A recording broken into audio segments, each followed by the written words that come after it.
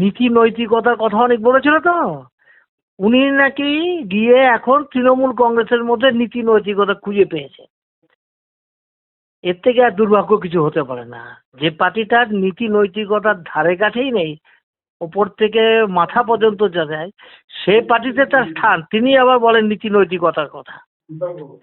সুতরাং আমি এটা খুব খুশি হয়েছি, তাকে পার্টি থেকে এক্সপেল করা হয়েছে, এবং সেই যে তৃণমূল কংগ্রেসে জয়েন করে নিজেই নিজেকে প্রমাণ করে দিয়েছে যে সে কি, তার উদ্দেশ্য একটাই, তার হতাশা যদি কোথাও থেকে থাকে ওই কারণে যে এই পার্টিতে গেলে আমি কিছু এমএলএ এমপি হতে পারবো। এটি কমিউনিস্ট পার্টি করে কেউ এমএলএ এমপি হওয়ার জন্য করি নাকি আমরা, করে দিই। সুতরাং আমি খুব খুশি হয়েছি যে ওকে এক্সপেল করা হয়েছে। আমি তো বললাম যে, এবং এক্সপেল করা হয়েছে সঠিকভাবে, পার্টির খুব কারেক্টলি এই প্রশ্নটা হ্যান্ডেল করেছে, খুবই বুদ্ধিমত্তার সঙ্গে ওরা এটা হ্যান্ডেল করেছে। আমি এই জন্য ব্যক্তিগতভাবে আমি খুব খুশি হয়েছি যে ওকে এক্সপেল করা হয়েছে পার্টি থেকে।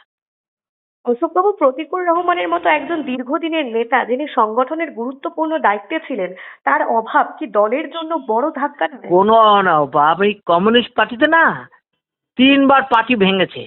64 সালে পার্টি সিপিআই সিপিএম আলাদা হয়েছে, এরপরে সিপিএম থেকে সিপিআই এমএলএ গেছে, আবার পরবর্তীকালে আরো বিভিন্ন সময় পার্টি ভেঙেছে, কিন্তু এতটুকু পার্টি দুর্বল হয়নি। তাতে পার্টি থেকে যখন অনেক বড় বড় নেতারা তো পার্টি থেকে চলে গেছে, তারপরে কি দুর্বল হয় নাকি?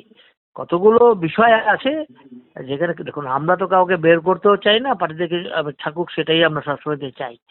কিন্তু কেউ যদি মনে করে থাকে যে পার্টিটা হচ্ছে আমার ব্যক্তিগত মানে উন্নতি সোপান, এই কারণে আমি কমিউনিস্ট পার্টি, এটা অন্য পার্টিতে হতে পারে, কমিউনিস্ট পার্টিতে সেটা হয় না, এটা বুঝে রাখাটা ভালো।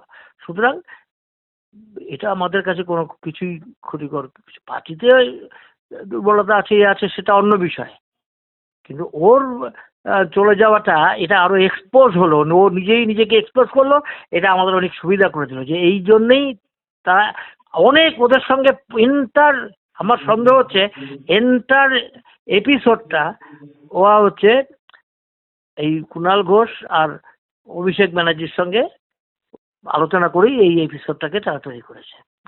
এটা সবাই বুঝে যাবে এটা এখন।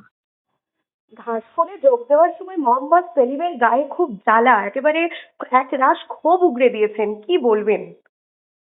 আমার কিছু বলারই নেই, অবকাশ খুব এতদিনে ক্ষোভ তার আগে কেন, মোহাম্মদ সেলিমের সঙ্গেই তো বাংলা বাঁচাও 7 দিন ধরে 10 দিন ধরে তো পুরো বাংলা বাঁচাও অভিযানে তো ও তো ছিল সঙ্গে, সেলিমের পাশেই তো ছিল।